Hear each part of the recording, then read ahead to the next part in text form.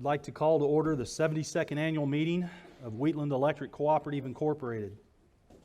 At this time, Lieutenant Commander Marshall Love and Sergeant First Class Fred Lease will present the colors.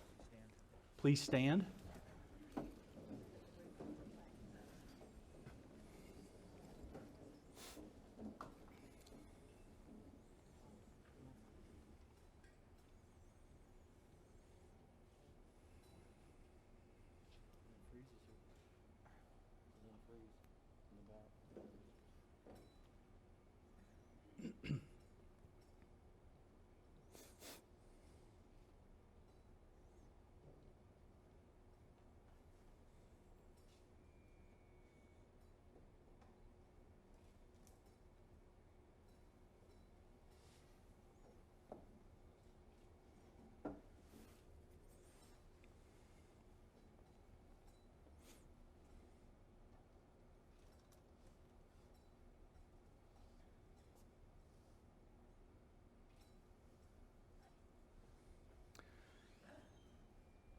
If you'll please join me in the Pledge of Allegiance. I pledge allegiance to the flag of the United States of America and to the republic for which it stands, one nation, under God, indivisible, with liberty and justice for all. If you'll remain standing for the national anthem. Oh, say, can you see by the dawn's early light what so proudly we hailed at the twilight's last gleaming, whose broad stripes and bright stars through the perilous fight o'er the ramparts we watched were so gallantly streaming, and the rocket's red glare, the bombs bursting in air, gave proof through the night that our flag was still there. Oh, say does that star-spangled banner yet wave o'er the land of the free and the home of the brave.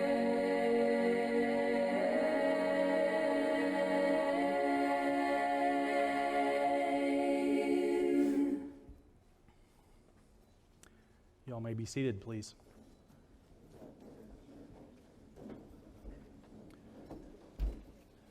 I'd like to take this opportunity to welcome each of you to our 2020 annual meeting. If you've not already done so, please fill out your prize slip and raise your hand so we may come and collect them. We won't be announcing any prize winners during the meeting except for the grand prize.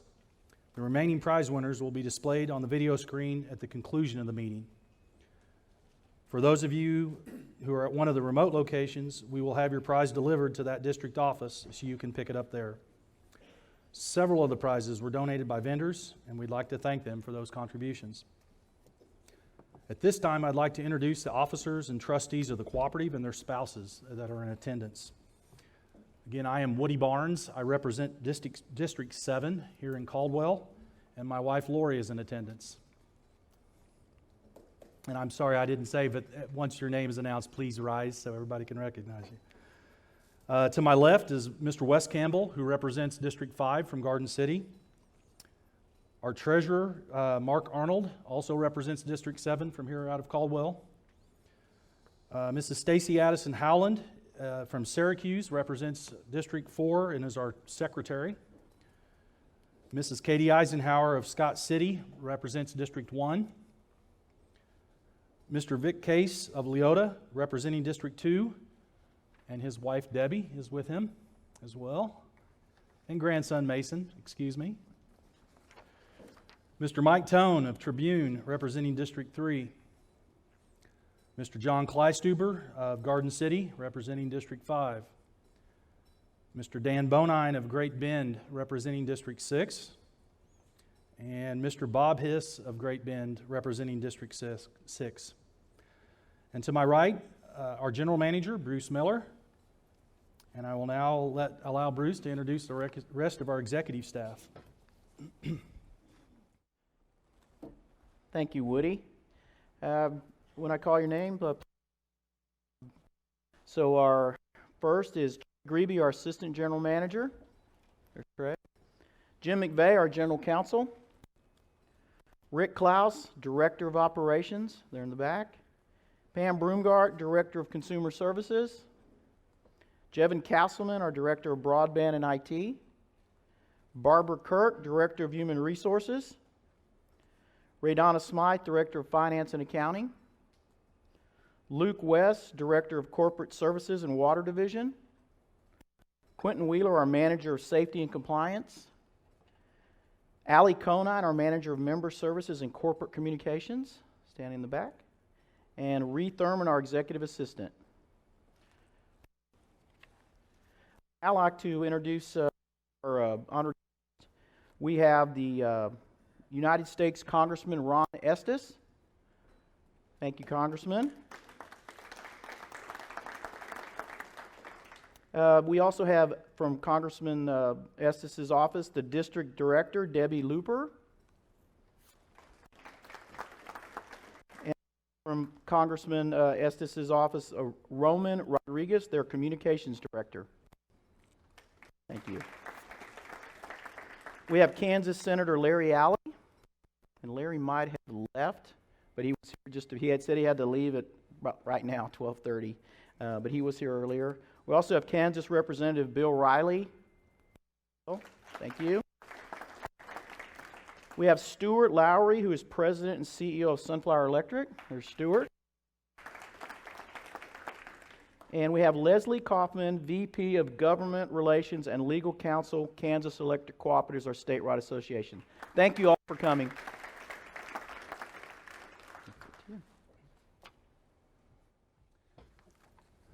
All right. At the time the meeting was called to order, there were 227 members present in person, which includes our satellite locations that we mentioned earlier, and 38 members present by proxy. Our bylaws provide that as long as the total number of members does not exceed 1,000, 5% of the total number of persons present in person shall constitute a quorum. In case the total number of members shall exceed 1,000, which is the case with Wheatland, 50 members shall constitute a quorum. As our membership exceeds 1,000 and there are 227 members registered in person, I declare the existence of a quorum. And unless there are no objections, I will entertain a motion to dispense with the reading of the official notice, affidavit of mailing, and certificate of membership. And I'll pause here briefly to allow our satellite locations to respond.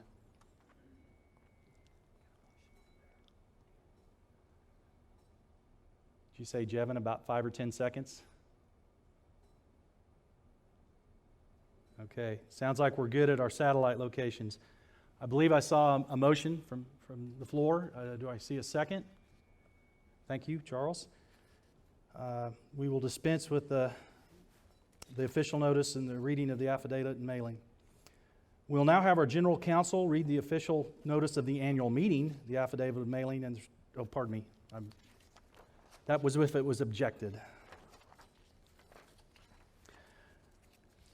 As far as our annual minutes, if each of you received a copy of the minutes of the 2019 annual meeting of the members of Wheatland Electric Cooperative Incorporated included in your program. Unless there are objections, I will entertain a motion to dispense with the reading of the minutes. And again, we'll pause briefly for the remote locations. I skipped the motion.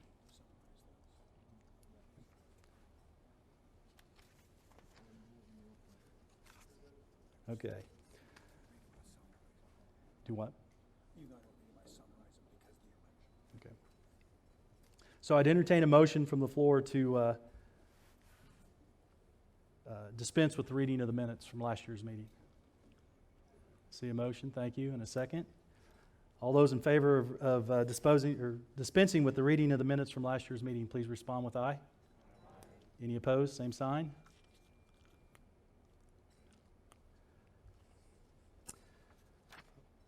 All right, hearing nothing from the remote locations, we'll dispense with the reading of the previous minutes. Moving forward with the program, we will now have the presentation of the financial report via video.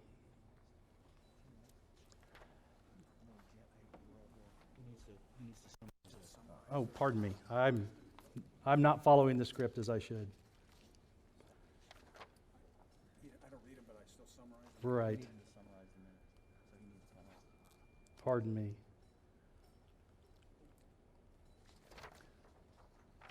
I'm missing a page. How did we get past that? Okay, please excuse the delay. We'll now have our general counsel read the official notice of the annual meeting, the affidavit of mailing, and the certificate of membership. Thank you, Mr. Chair. Mr. President, just even though we waived the actual reading of them verbatim, we still summarize them so that everybody understands what's going to be happening during the annual meeting and how we got here. The notice was sent in the Kansas Country Living magazine to all of our membership. It was sent on August 26th of 2020, outlining what was going to happen as far as the agenda for today, to include the elections of trustees. The nominating committee was Ed Cupp from the 1st District, Mylan Reimer from the 2nd, Dale Wetzel from the 3rd District, Marvin Graver from the 4th District, Robert Burkle from the 5th District, Matt Hoisington from the 6th District, and Kim Miller from the District number 7. As I stated earlier, we're having an election as we do at every annual meeting. We have 4 districts up for election this year. The 1st District is Katie Eisenhower from Scott City. 2nd District, there are going to be 2 candidates for that in your ballot. Brady Harbin from Leota and also Josh Young from Leota. District 4 is Stacy Addison Howen from Syracuse, is up for re-election this year. And District 5, John Kleistuber is also running for re-election in Garden City. In addition, as you need to know, nominations can be made from the floor prior to voting. The certificate of the membership needs to be stated for the record. Stacy Addison Howen, our Secretary of Wheatland, has certified that the total number of consumers on the date of the annual meeting of Wheatland were 35,594. The total number of members receiving services on the date of the annual meeting was 19,886. And the total number of non-member consumers receiving services from Wheatland was 3,268. Thank you, Mr. Chair.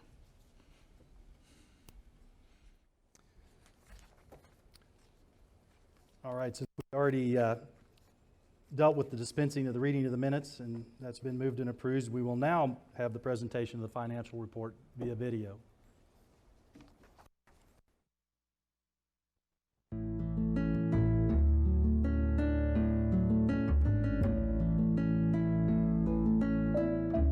Good morning. My name is Raydonna Smythe, and I am the Director of Finance for Wheatland Electric Cooperative. I would like to welcome you to Wheatland's annual meeting and thank you for taking the time to come and learn about your cooperative. Please take a few moments to direct your attention to the financial information presented in the annual meeting brochure you received as you came in today. The financial information in your program represents Wheatland's audited financial position as of December 31st, 2019.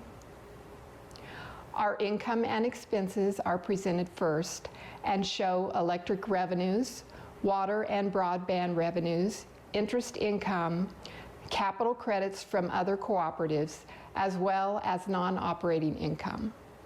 Income totaled nearly $102 million in 2019. Our expenses are shown as well, with our largest expense, our cost of power, decreasing significantly this year from $58 million in 2018 to $51 million in 2019. This decline in power cost was the result of 2 factors. One being 27 million kilowatt hours less usage in 2019 due to a cool summer combined with energy conservation, and secondly, a substantial reduction in the average kilowatt hour cost in 2019 compared to 2018. So our power supplier, Sunflower Electric, is doing a good job managing these costs. Total expenses of $97 million resulted in a profit of $4.8 million in 2019. Included in this profit is a non-cash allocation from our power supplier, Sunflower Electric. When Sunflower retires or makes a cash distribution to Wheatland for the 2019 allocation, the Wheatland Board of Directors will make the decision on how to distribute any cash retirement received. The Board of Directors did make the decision in 2019 to continue the tradition of paying capital credits to you, our members, and a total of $1 million in capital credits were paid in December. The balance sheet for Wheatland for 2019 is also presented. As you can see, the co-op plant assets have grown to over $382 million. Wheatland continues to perform maintenance and improve the total distribution system with our goal of enhancing the reliability and the quality of electricity going to your home and businesses.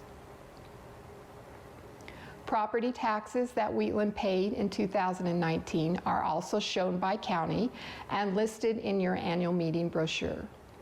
Wheatland paid taxes in 18 counties in 2019, totaling $4,372,175. To summarize the 2019 year, we continue to pay down on our long-term debt and have structured our loan portfolios to lock in lower fixed interest rates to keep interest expenses low and maximize savings.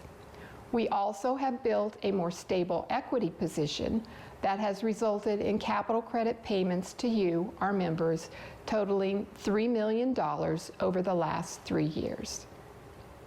We are meeting the financial requirements of our lenders and continue to provide more cost-effective and accessible services to our membership through the AMI Advanced Electric Metering System, our Smart Hub app, and the Wheatland Prepay Power Program.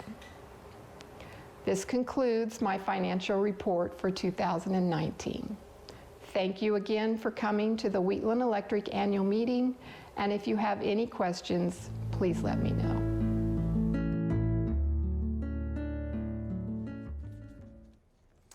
Thank you, Radonna. The Treasurer's Report was published in the August 2020 issue of the Kansas Country Living magazine and was mailed to each member along with the official notice of meeting. Are there any questions at this time relative to the report? And again, we can give a few seconds for a response.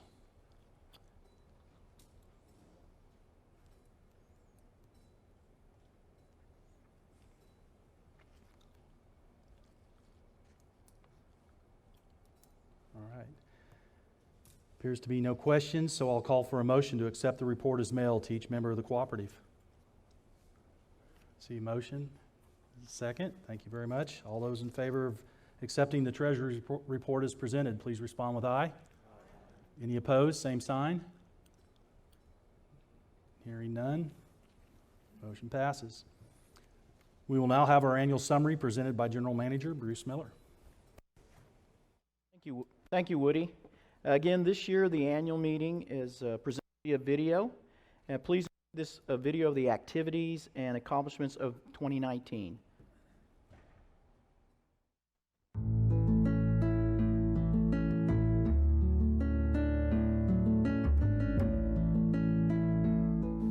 Hello, I'm Bruce Miller, CEO and General Manager of Wheatland Electric Cooperative, Inc., and I'd like to welcome you to the 72nd Wheatland Electric Annual Meeting. 72 years is a long time, and we want to thank you, the members, for allowing us to serve you. As we did last year, to be more transparent with our members and more convenient, we are simulcasting this year's annual meeting to Wheatland's 7 other area office locations: Harper, Scott City, Great Bend, Leota, Tribune, Syracuse, and Finney County Garden City. I'd like to welcome those members in attendance. Normally, we focus on the accomplishments of the prior year at our annual meetings, but we would be remiss if we didn't acknowledge that 2020 has been a challenging year due to the COVID-19 pandemic. While this year looks and feels different due to the precautions we are taking because of COVID-19, we at Wheatland Electric are committed to keeping everyone safe. At our co-op, safety is always our top priority, and we appreciate you bearing with us. While wearing masks may not be ideal, our goal is to protect our employees and you all as well. In addition to keeping our employees and members safe, our team did several things this spring to show our concern for the communities we serve during the pandemic. Number one, Wheatland Electric and Wheatland Broadband suspended our disconnections for non-payment until June 1st. Wheatland Broadband increased speeds of internet to support members through coronavirus outbreak to support distance learning and working from home. Wheatland Broadband opened Wi-Fi hotspots for free public use. Number four, Wheatland Electric encouraged members to reach out early to set up payment plans to avoid service interruption or disconnection. We offered more flexibility in these payment plans than ever before. Our consumer services representatives sent letters and made calls in the 2 weeks prior to the cutoff to make sure our members were taken care of. 5, Wheatland helped local communities through our Power On campaign. We felt it was incredibly important to stay positive during the trying time of the virus and the stay-at-home order. So we produced videos asking our employees what kept them positive. To our communities powering on, Wheatland Electric provided 700 bottles of hand cleanser to all first responders across our service territory. We also provided treats to all employees at the 7 hospitals Wheatland serves. In addition to purchasing the hospital treats from local businesses, Wheatland also provided each employee $50 in downtown chamber bucks to encourage more spending at local businesses. Lastly, we donated a total of $4,600 to all our local food banks to help with food insecurity issues during the pandemic. Number 6, when Wheatland Electric reopened all offices on June 1st, we implemented new policies and procedures. If you have been in our offices, things most likely felt different, much like they do today, but that does not change the fact that we're here to serve you. Some things you may have noticed in our offices are safety stickers on the floor to indicate a safe social distancing space between our members as they visit the office. Added protective barriers between our members and front office employees, and hand sanitizer in each office lobby. Lastly, a percentage of capital credits are being retired earlier than in most years and were issued as bill credits on your August 2020 electric bills. Due to the COVID-19 and the economic impact it had for some of our members, the Wheatland Board of Trustees wanted to assist the membership by retiring capital credits early. The Wheatland Electric Board of Trustees has shown a tremendous amount of concern for the community in making this decision. Even during these unprecedented times, our trustees have shown their commitment to taking care of the membership. Hello, my name is Rick Klaus, and I am Director of Operations for Wheatland Electric Cooperative. Wheatland Electric is a member-owned cooperative headquartered in Scott City, Kansas. Established in 1948, Wheatland now serves more than 22,000 members and maintains over 4,100 miles of distribution power lines across western and south central Kansas. Wheatland Electric has 7 district offices in the state of Kansas. 1 in Scott City, Leota, Tribune, Syracuse, Garden City, Great Bend, and Harper. Today we are going to focus on the Harper region. In 2007, Wheatland purchased territory from investor-owned utility Aquila in Great Bend and Harper, which includes service territories in Barton, Kingman, Harper, and Sumner counties. After doing a survey of the new service territory, we decided to make a promise and a commitment to improve the quality of electrical service to our new membership. Not only improve the quality of electrical service, but also allow for future growth and at the same time keep the cost of electricity affordable to our current members and any new members that want to join the Wheatland team.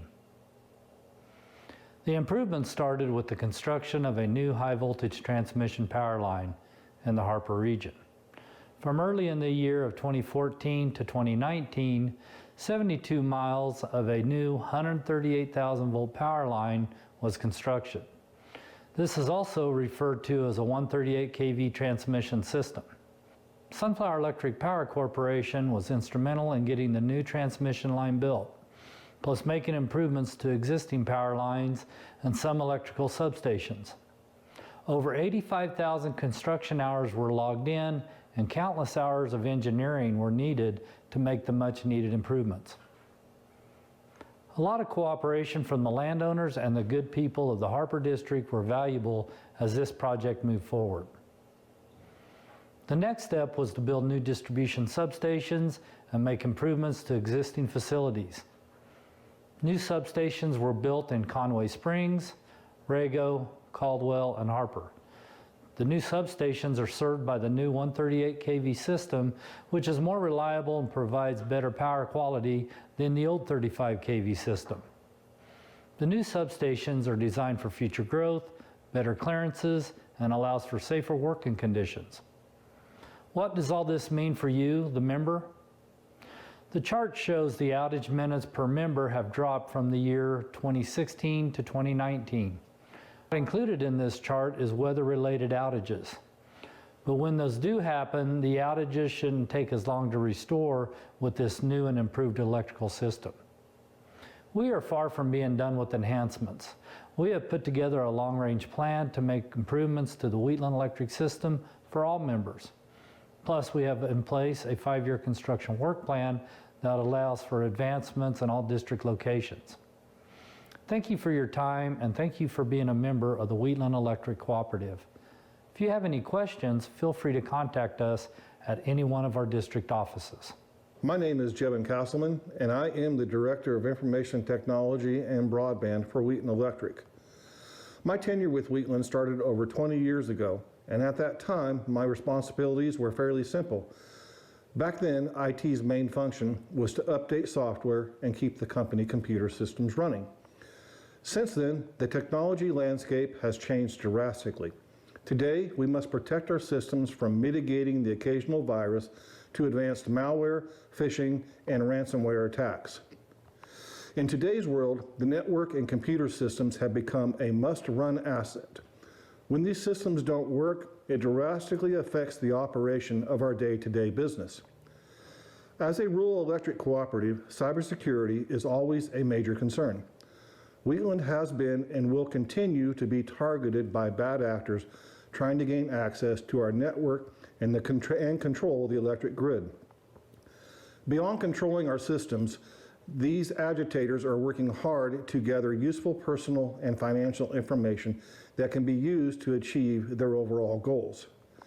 At Wheatland, we work hard to safeguard our members' and employees' personal information through a multi-layered defense system. The first layer of protection is guarding the point of entry to our network.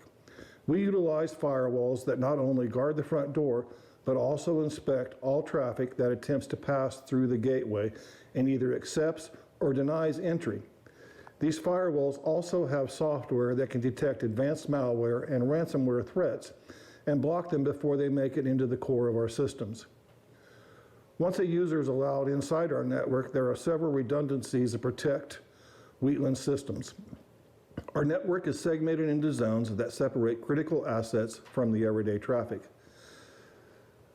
These zones are divided by additional firewalls, which again monitor and block unauthorized traffic. Access to the network is limited to devices that can only access authorized segments and only through a secure virtual private network connection. Our second layer of protection is done through the backing up and storage of our data. All data is backed up nightly and encrypted and is stored off-site from the main data center. In addition, core systems are backed up to tapes and stored off-site as an extra level of protection. The third level of protection focuses on the endpoints of our network. Endpoints include desktops, laptops, tablets, and cell phones. All these assets contain software that can detect and mitigate threats as they occur and block access to websites that are known for propagating threats. The software Wheatland uses is cloud-based and has access to a database of threats from all over the globe. Any device that is mobile, such as a tablet or a cell phone, contains an additional layer of protection in case a device is stolen or simply misplaced. These devices can be remotely tracked and located or wiped clean of all data should the need arise. Laptops do not have this functionality, but all data on the devices are encrypted and cannot be accessed without a sophisticated password that gets changed regularly. Even with all these layers of protection, as a company, Wheatland can still be exposed. This leads me to our last and probably our most important layer of protection, which is the end user. In today's world, cyber criminals are becoming more sophisticated. Our staff has year-round training on how to recognize these attacks, and blind tests are done to ensure that they stay vigilant and always on the watch for suspicious activity. At Wheatland, we are working hard to build a security-centered culture within our organization, and protecting our members' data and our systems is the top priority. Thank you. Hi, I'm Allie Conine, the Manager of Member Services and Corporate Communications at Wheatland Electric Cooperative.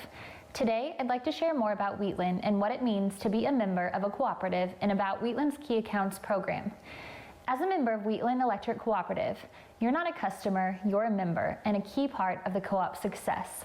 As new challenges confront electric cooperatives, our ability to succeed depends on strong engagement with our member owners. Today, how we interact and how we engage with our members is changing. We are the direct point of contact with the member owners in the delivery of electricity and other services. In short, Wheatland seeks to improve the quality of life for our members and the communities we serve. Our commercial and industrial C&I members purchase large quantities of energy, typically for business and manufacturing operations. Wheatland's Key Accounts program is made up of not only our largest members in terms of revenue and/or load, but also members that are growing their businesses or members whose load might be at risk. Wheatland's Key Accounts are often major employers in the community and may have very sensitive equipment that requires reliable power. As such, Wheatland works to ensure that their existing service needs are met and that their future requirements are anticipated. Wheatland is working hard to understand the importance and unique challenges of serving commercial and industrial accounts. Our Key Accounts program is designed specifically to help us determine and meet the needs of our commercial and industrial accounts. Like most utilities, our customer base consists of a diverse mixture, from residential rural areas to large commercial and industrial loads. Because of this diversity, we must focus on a variety of needs among our members, since the needs of a business are much different than those of its residential counterparts.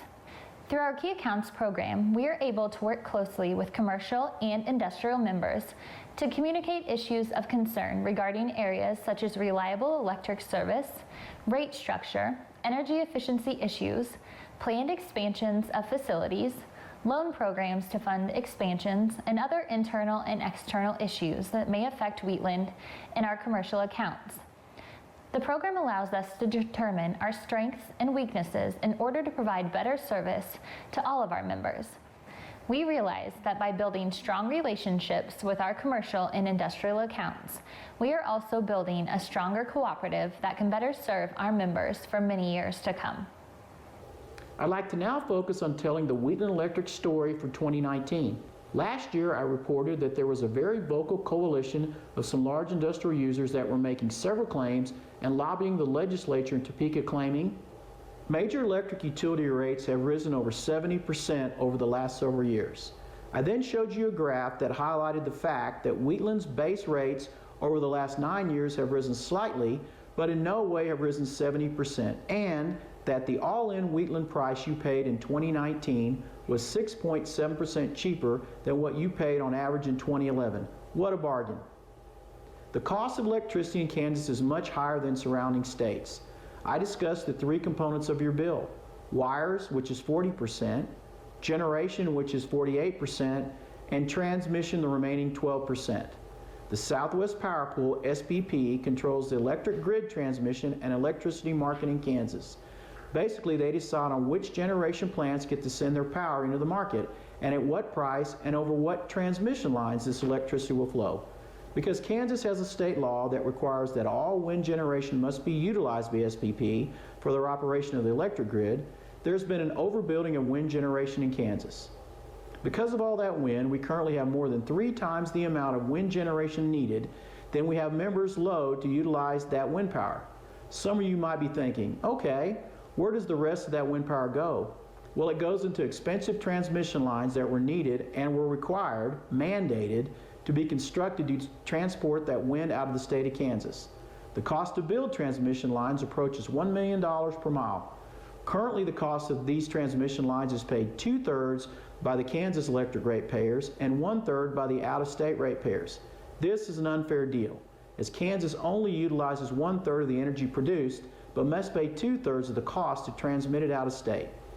Sunflower Electric, Wheatland's wholesale power provider, is currently working with the SPP to reverse these allocations to 1/3 Kansas energy users and 2/3 out-of-state energy users. If they are successful in making the allocation change, it will save the electric ratepayers of Kansas approximately $20 million and will lower our overall statewide average cost of electricity, which will then fall in line with the surrounding states' electricity averages. Immediate 10% cut in utility rates. An arbitrary and immediate 10% rate cut makes a great headline, but not a good policy. Cooperative rates are set to recover the cost of operations plus the cost of capital. So slashing rates for one member's class would need to be matched with rate increases for other member rate classes. Once again, not good rate making or good practice. Moving forward in 2020, as a new year has started, so has the 2020 legislative session, and as always, there are challenges for the electric cooperatives at the Kansas State House. The vocal group of large industrials continued their push and were successful in causing the Kansas legislature to pass Senate Bill 69. The governor of Kansas has also proposed an executive reorganization order, moving the state energy office from the Kansas Corporation Commission to a standalone agency. Senate Bill 69 required the electric utilities, cooperatives, municipals, and investor-owned utilities to study the electric rates in Kansas and see if there are any changes that needed to be made. A firm was commissioned, London Economics Institute, to conduct the study. LEI's findings showed that retail competition was not the immediate answer and recommended that Kansas utilities needed to formulate a long-term Kansas electric plan. So what is Wheatland doing? Wheatland Electric, along with the other 27 electric cooperatives in Kansas, are working with our statewide organization, Kansas Electric Cooperatives, asking the legislature to support a collaborative and stakeholder-engaged process to develop an energy policy for Kansas. We want to work together with all the players, investor-owned utilities, municipalities, and large industrial users to begin the process for a sustainable Kansas energy policy.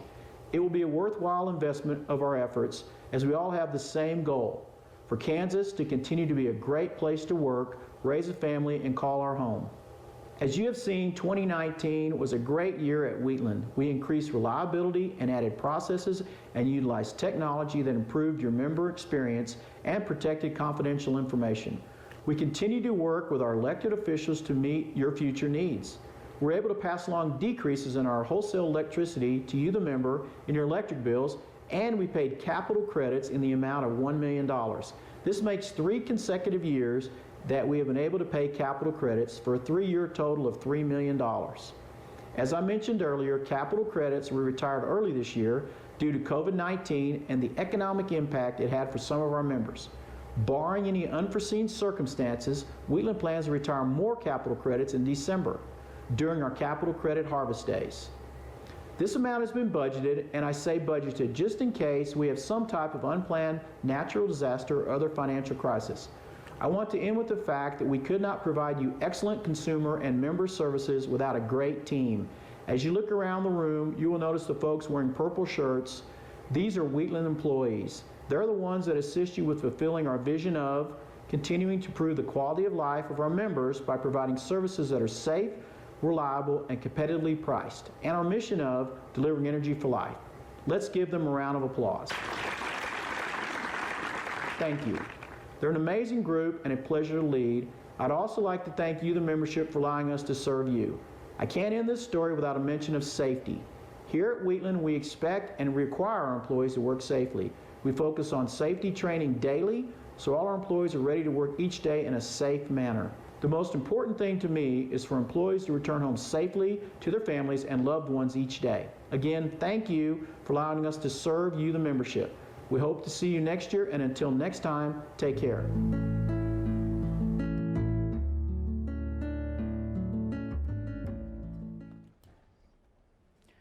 Are Are there any questions from the membership?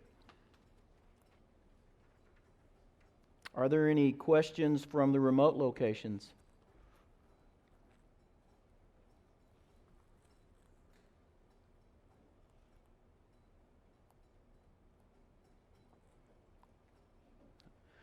Seeing no questions, I appreciate you watching the video. It was a pleasure to make. It's a lot better than having us up here live, I can promise you that. Next, we're going to have our youth trips, our presentation of the youth trips and scholarship presentation, and I'm going to turn this over to our Assistant General Manager, Trey Grebe. Thank you, Bruce. The Electric Cooperative Youth Tour has brought high school students to Washington, D.C. for a week in June every year since the late 1950s. Students apply and are selected by the local electric cooperatives to visit the nation's capital. Unfortunately, this year, the trip was canceled due to concerns over COVID-19. Instead, Wheatland was proud to award each one of these students a $1,000 scholarship to continue their education. Now, if you're here, please come up and get your certificate. I think most of the students are already back in school, so I'm not sure how many are here.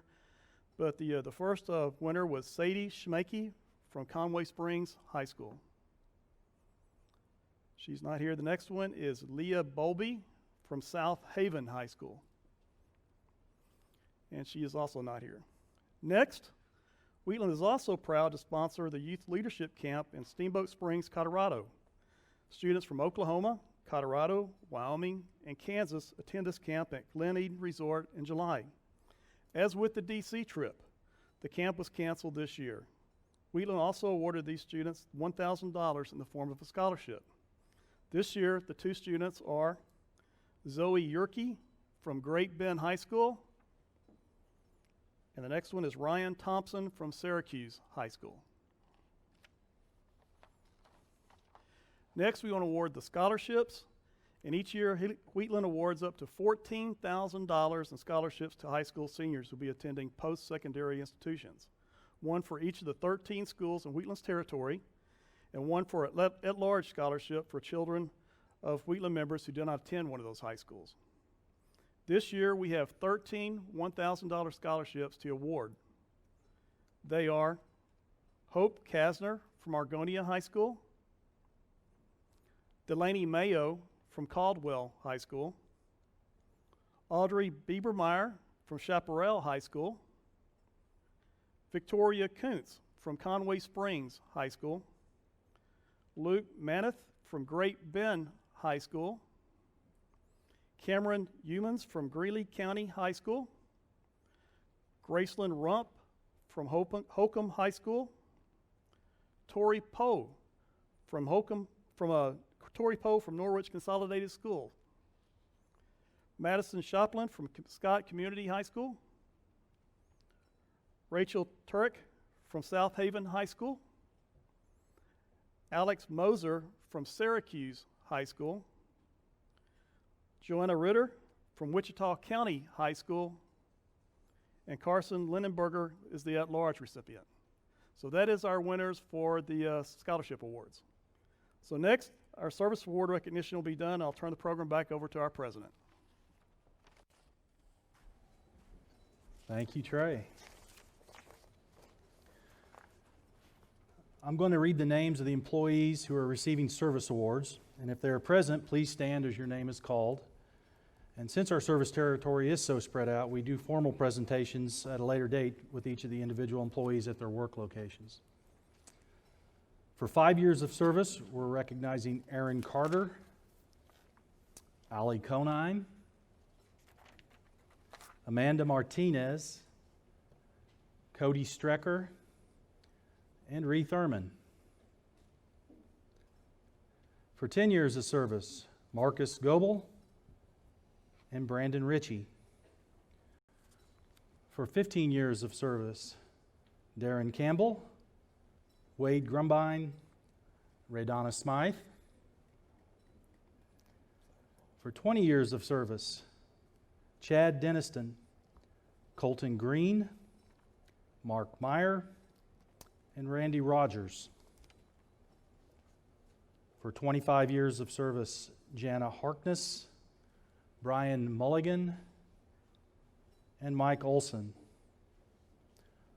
For 30 years of service, Todd Nemechek and James Zorn.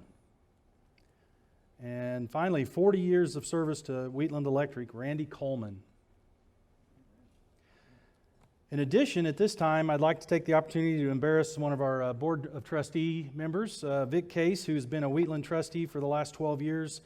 Today is his last meeting. Part of the process we're going to go through here a little bit later is the election of his replacement.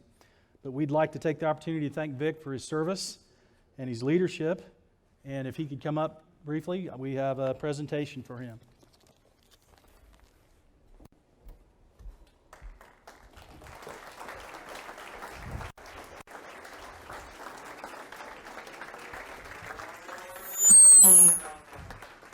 Forgot about that. Now you see that the framed picture you got of all of us matches the plaque. I see. Vic, thanks for your service. It's been a joy working with you. You've always been a man of few words, but if you want to take a moment, the floor is yours.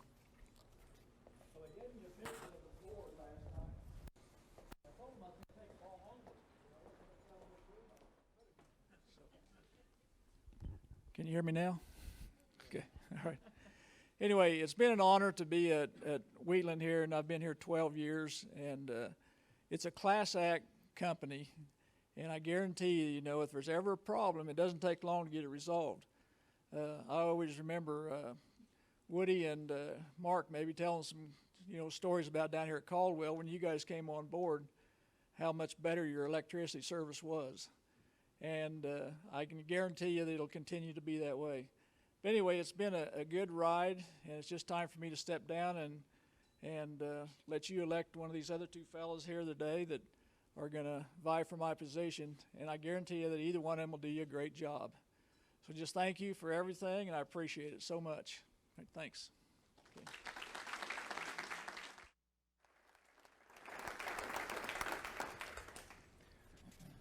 Moving on with the agenda. Do we have any old business that needs to come before the meeting? And again, we'll pause briefly for a response from the remote locations.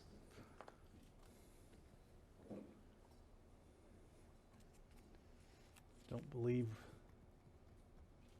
we're good. In that case, we'll move on to new business, and I'll turn the floor over to our legal counsel, Jim McVeigh. Thank you again, Mr. Chair. Again, good afternoon. It is the time in the program where we discuss the elections. First, I have to talk about the nomination committee's work. The bylaws and the enabling laws that allow us to have an electric cooperative require a nomination committee. They get together every year and nominate qualified candidates to be nominees to be for the Board of Trustees. This year they met in the statutorily required time in March and in July because of the COVID-19.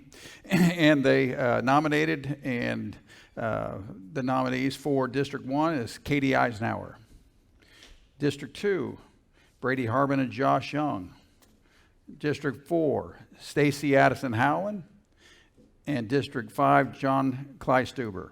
Their work really entailed looking through all of the commitment that's required to be a trustee, the education that they go through, the time that they spend, and they take that heavily into consideration. That's why all of those nominations were unanimous.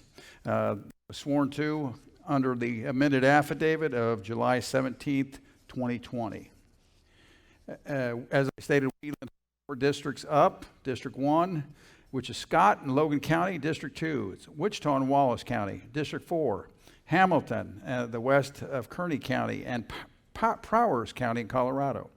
District 5 is the east half of Kearney, Finney County, and Gray County, as you can see if you want to on our website.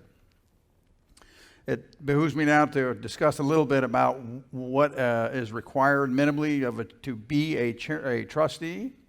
And at that, I'm sorry, I skipped over one thing. The chairman also will call for nominations from the floor. Nominations will be governed by those rules and regulations as any other nomination requirements are. The nomination shall not be closed until at least 1 minute has passed, which is always an uncomfortable 1 minute waiting for those, by the way. during which no additional nominees are made. I'd like to also read the qualifications of a trustee under Article 4 and Section 3 of the bylaws. No person shall be eligible to become or remain a trustee or to hold any position of trust in the cooperative who, 1, is not a member and taking electric service in the area served by the cooperative, or 2, is in any way employed by or financially interested in a competing enterprise or business selling electric energy or supplies to the cooperative, or a business primarily engaged in selling electrical or plumbing appliances, fixtures, and supplies to the members of the cooperative. And 3, has a close family member that is employee of the cooperative. A close family member is defined as spouse, parent, child, sibling, grandchild, grandparent, aunt, uncle, niece, nephew, and the same for the in-laws of those and the step relationships. And finally, Article 4, Section 5 requires that any member to be nominated must be a resident of that district that is being up for election that year. Thank you. Thank you, Mr. Chair.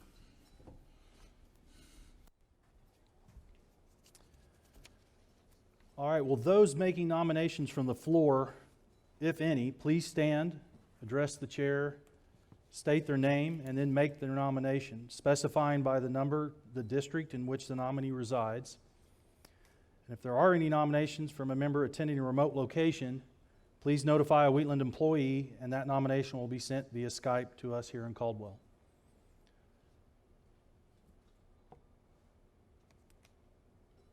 And we'll give a minute here for the potential of nominations from the remote locations.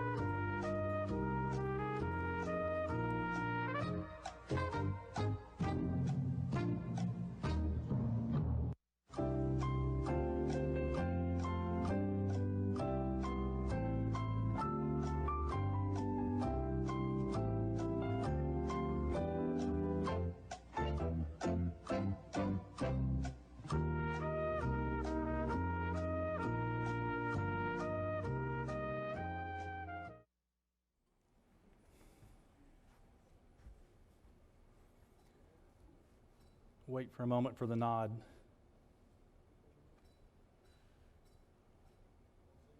Okay. So we have no nominations from the floor either here or from our remote locations. Maybe a little bit of a change up here. I would entertain a motion to dispense of the voting for districts 1, 4, and 5 and accept the nomination committee's nominees as trustees for this next 3-year term. See a motion and a second. Thank you. Main reason we decided to do this was try to expedite things, and the fact that there was nobody running in opposition with those 3 districts. So it's been moved and seconded to dispense with the voting for districts 1, 4, and 5. All those in favor, please respond with aye. And any opposed, same sign. Hearing none, the motion passes, and we'll record. Yeah, we'll give a moment for objections from the remote meetings.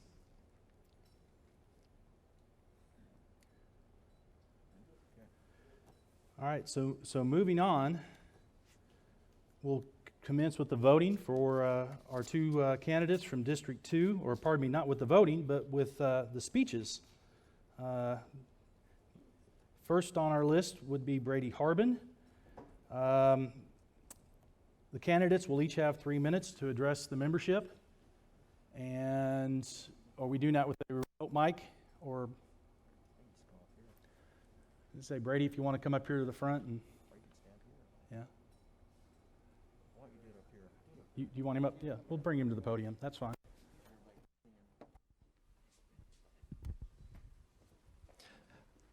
Gonna test, see how close I need to hold this.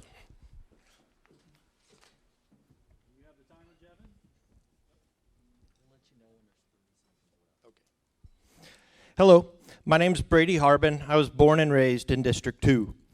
I have 3 kids that I share with my wife, Renee, who's a business instructor for Garden City Community College, and she's been there for 20 years. I graduated from Wichita County High School in Leota in 1995. I grew up on a family farm consisting of a cow-calf operation and both irrigated and dryland farming practices. I was able to watch the electric demand change right before my eyes. I saw the large natural gas wells be replaced by more efficient submersible wells and increase the need for both above and below ground power line infrastructure to meet new demands. As technology has changed, less irrigation along with fewer businesses and people living in rural Kansas, we have seen a reduction in electrical demands 4 of the last 5 years. Mother Nature, along with the ever-changing needs of rural electric providers, requires board members with an understanding of not only commercial industry and agriculture needs, but the fiscal responsibility of the co-op to its members. I believe I possess this awareness. My career path started in 1999 when I elected to move away from Leota to take my first non-ag-related job at Western Motor Company in Garden City. I learned the service and finance departments of the auto industry over the next 4 years. Having 2 young kids and an opportunity to move back to my hometown, we chose to leave Garden City to start a much-needed small business. In November 2004, I opened Auto Express and made my first ever retail automobile sale. I ran this business successfully for 12 years and sold more than 1,800 vehicles as the only salesperson. In late 2015, conversations from Western State Bank ensued about hiring me to join their team as a commercial agriculture loan officer. On June 1st, 2016, I literally walked across the street from where I sold cars for more than a decade as their newest employee. It was 2 very short years later when I was promoted to the banking center president. Over the past 17 years since moving back to hometown, I have served and volunteered my time on these boards. The Wichita County Golf Course, Pheasants Forever. I've been a trustee for the United Methodist Church and currently on the Pastor Parish Committee.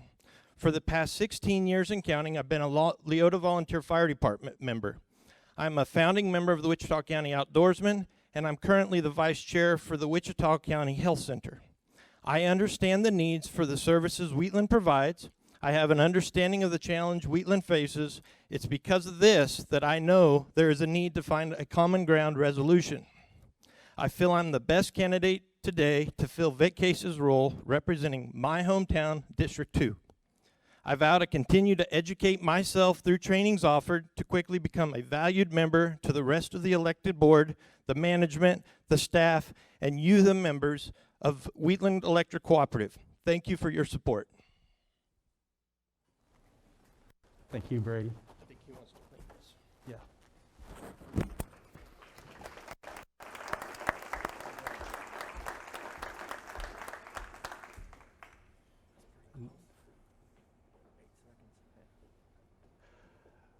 Next, we'll hear from Josh Young.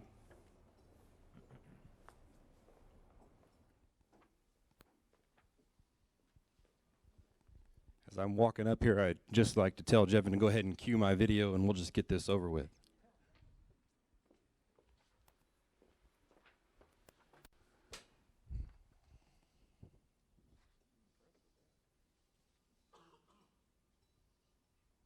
Good afternoon. My name is Josh Young, and I want to thank the Board of Trustees for the opportunity to speak today. I'm excited for the opportunity to represent District 2 of the Wheatland Electric Cooperative. First off, I want to thank my wife, Courtney, who is here with me today, and my family for their support as I pursue this endeavor. It is because of your encouragement that I'm here today. I'd also like to thank Vic Case for his 12 years of service to the district. His shoes are going to be hard ones to fill, but I believe that I'm up to that challenge. I'll be the first to tell you that I'm not a politician.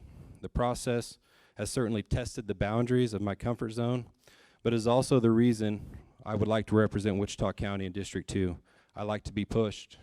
I like to be uncomfortable. The challenge drives me and has become a major characteristic of who I am. I'm a lifelong resident of Western Kansas and currently serving my first term as USD 467 as a school board member for USD 467. I love Kansas and the hardworking people that call it home. I find great joy in serving the community, and I want our districts to thrive as an economy. I left my family farming operation 15 years ago to pursue a career in ag and commercial finance. Since that time, I have worked for 2 banks, and over the last 8 years, I have helped grow Security State Bank from an institution of $145 million in assets to $331 million in assets today. I have experience in dealing with financial records and a passion for profitable growth. People have asked me, why do I want to run on the board for Wheatland Electric, or what's my agenda? It's simply put, I have a passion for both personal and business growth.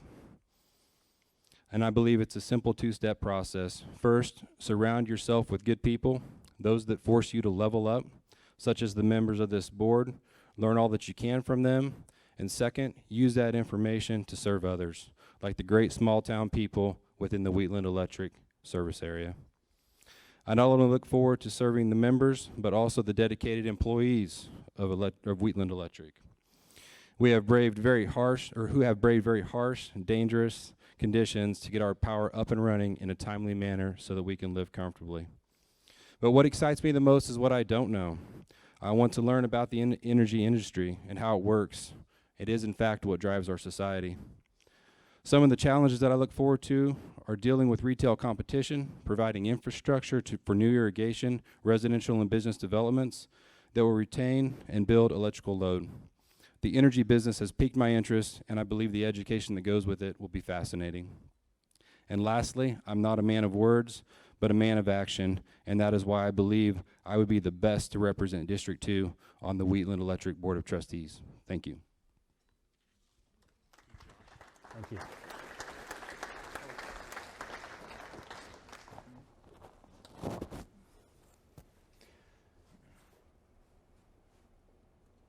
Now that the speeches have been presented, I'll turn it over to Council, Mr. McVeigh. Thank you once again, Mr. President. Before we get started on the election in District 2, I want to, and it's my pleasure to, announce the Ballot County Committee and ask them, once the ballots are all cast, that we help pick up all the ballots. We were going to retire over here to the west side and sit down and count the ballots. And at the same time, obviously, at the remote locations, those honchos over those locations need to have their Ballot County Committee summarize their count as well for District 2. The Ballot County Committee here in Caldwell is Linda Bocox. I want everybody to stand up for them to volunteer, because they do this voluntarily. I kind of ambush them when they walk in. I want them to know how much I appreciate it. Thank you, Linda. Luann, Natalia.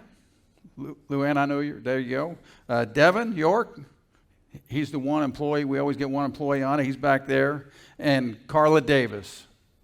Thank you, Carla. So when we get done, you ladies and Devin, if you meet over here with me, we'll get this counted. So if you would now, please cast your vote for the election of the trustees in District 2.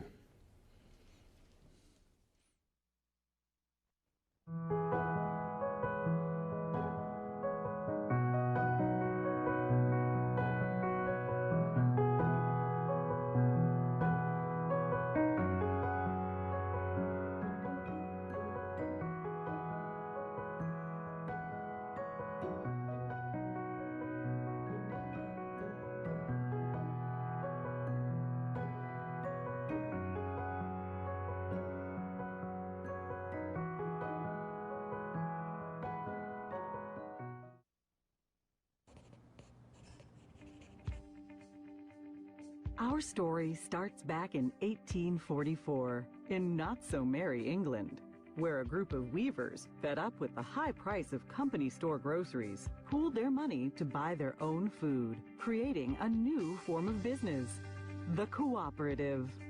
The idea caught on. Here in the U.S., President Roosevelt gave electric cooperatives a jumpstart with the founding of the Rural Electrification Administration, the REA, telling American farmers and ranchers, if you want electricity, you can do it yourselves. And they did.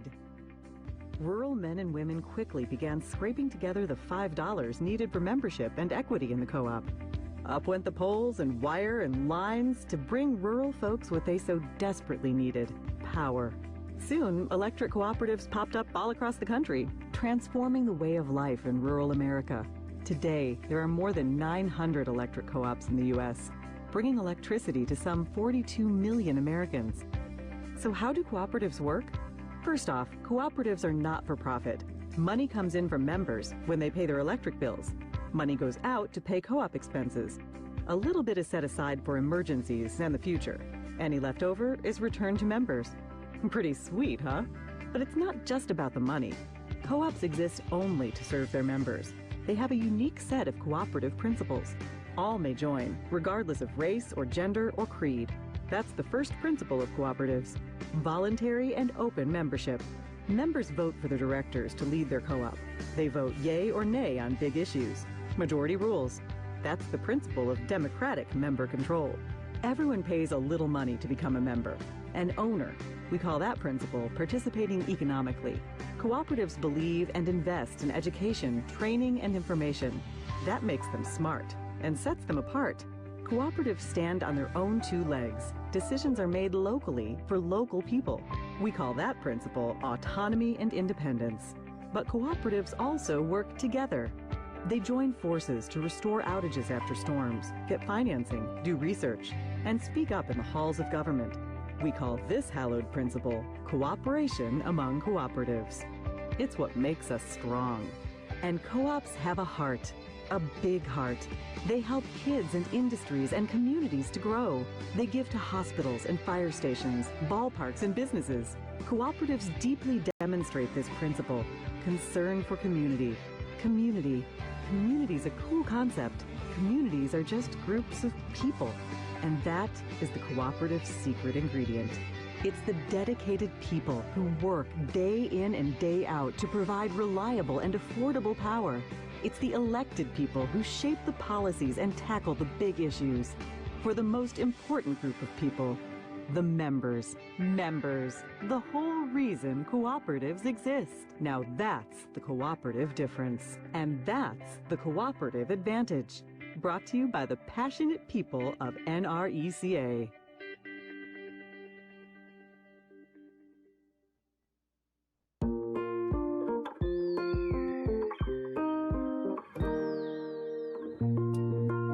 Hey Wheatland, I wanted to reach out during this challenging time. I know all of our day-to-day lives have been greatly altered because of the coronavirus, but what I'm trying to do is see the positive in this challenging situation. One of the ways I stay positive is I love to eat. And there's no better way to eat than to grill and barbecue. So I've been doing a lot of grilling, a lot of barbecuing on the weekends. There is one negative though, is that my wife has been out of town for the past couple of weeks babysitting our granddaughter down in Texas. So I've been having to grill and barbecue by myself. But there is a plus side to that too, is I get to eat what I want, which means I don't have to eat my vegetables. So I've been cooking a lot of meat, a lot of potatoes, but no vegetables. So if you see my wife when she gets back, be sure and don't let her know our secret, that I have not been eating my vegetables. This is what we do to stay positive.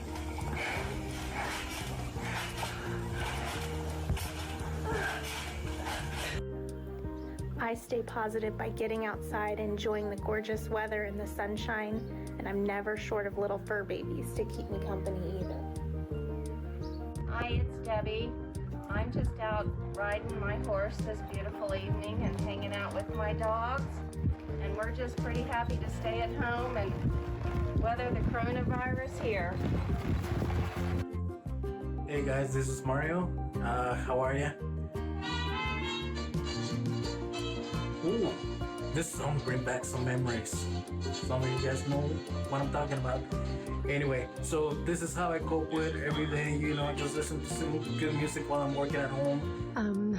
I played a lot more board games, probably than I ever have in my life. And I'm trying to remember how to play the piano. So, hang in there, guys. Hi, this is Walt in Scott City, and I'm talking about what motivates me in these uncertain, crazy times we're going through, and that is family, faith, and just good times, trying to do the best of a bad situation. One of the positive notes, I've learned to play pickleball.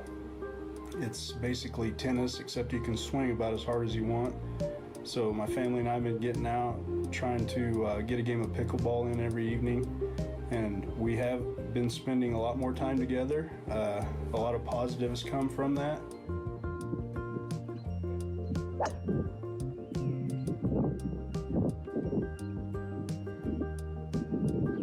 So, how have I been coping with the coronavirus?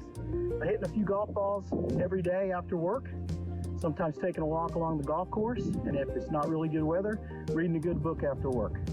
Hi guys, this is Sheena. Gardening is one of the things right now that's keeping me positive. Every night when I come home, I get to take care of all these little guys up here. So it gives me something to look forward to during the day. And also it's been very nice outside recently. So it gets me out of the house, gets my mind off of everything that's going on.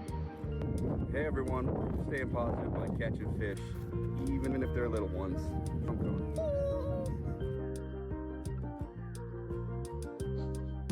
Have fun, that's the main thing. Don't think of anything of what's going on out there right now.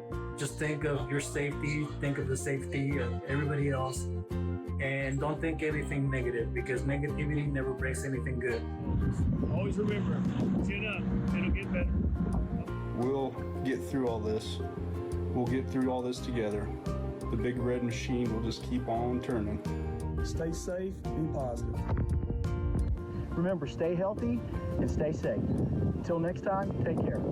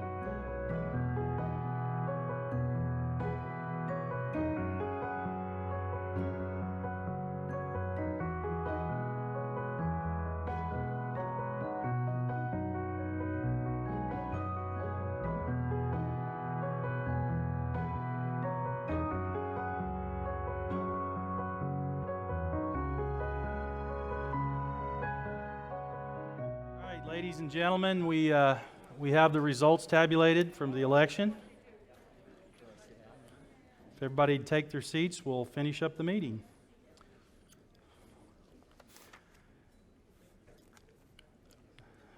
I'd be remiss not to ask if there's any other new business to come before the meeting.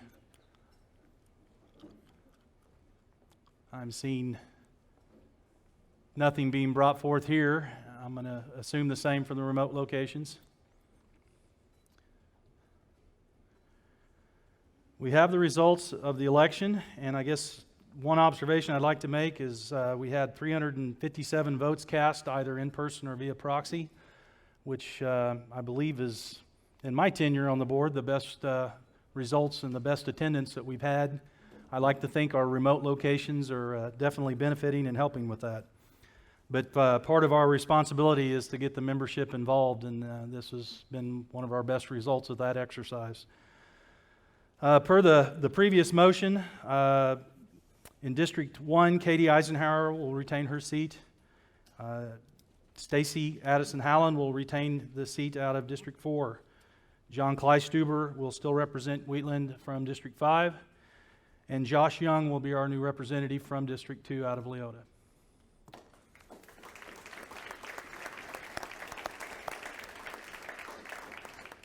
Certainly like to thank both candidates for the time and effort, and again, that's part of what we try to push is the democratic process and representation. Moving on to what's kept you all here today, the grand prize drawing. Pat Thurman, is there any way I can talk you out of not taking the 60-inch TV?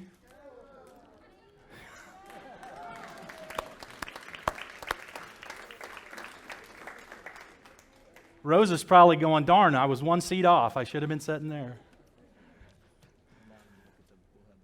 Yeah.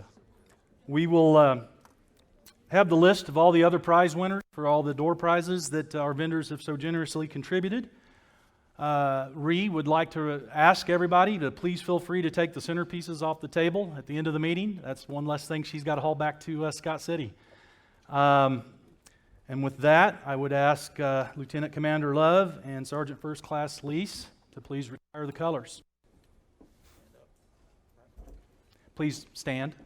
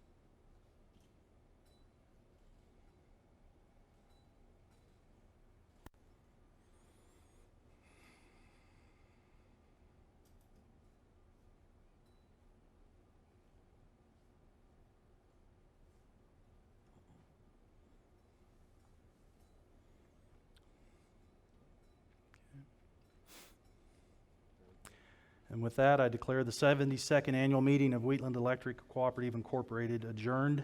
Thank you all for your time and your patience. Please have a safe afternoon and trip home.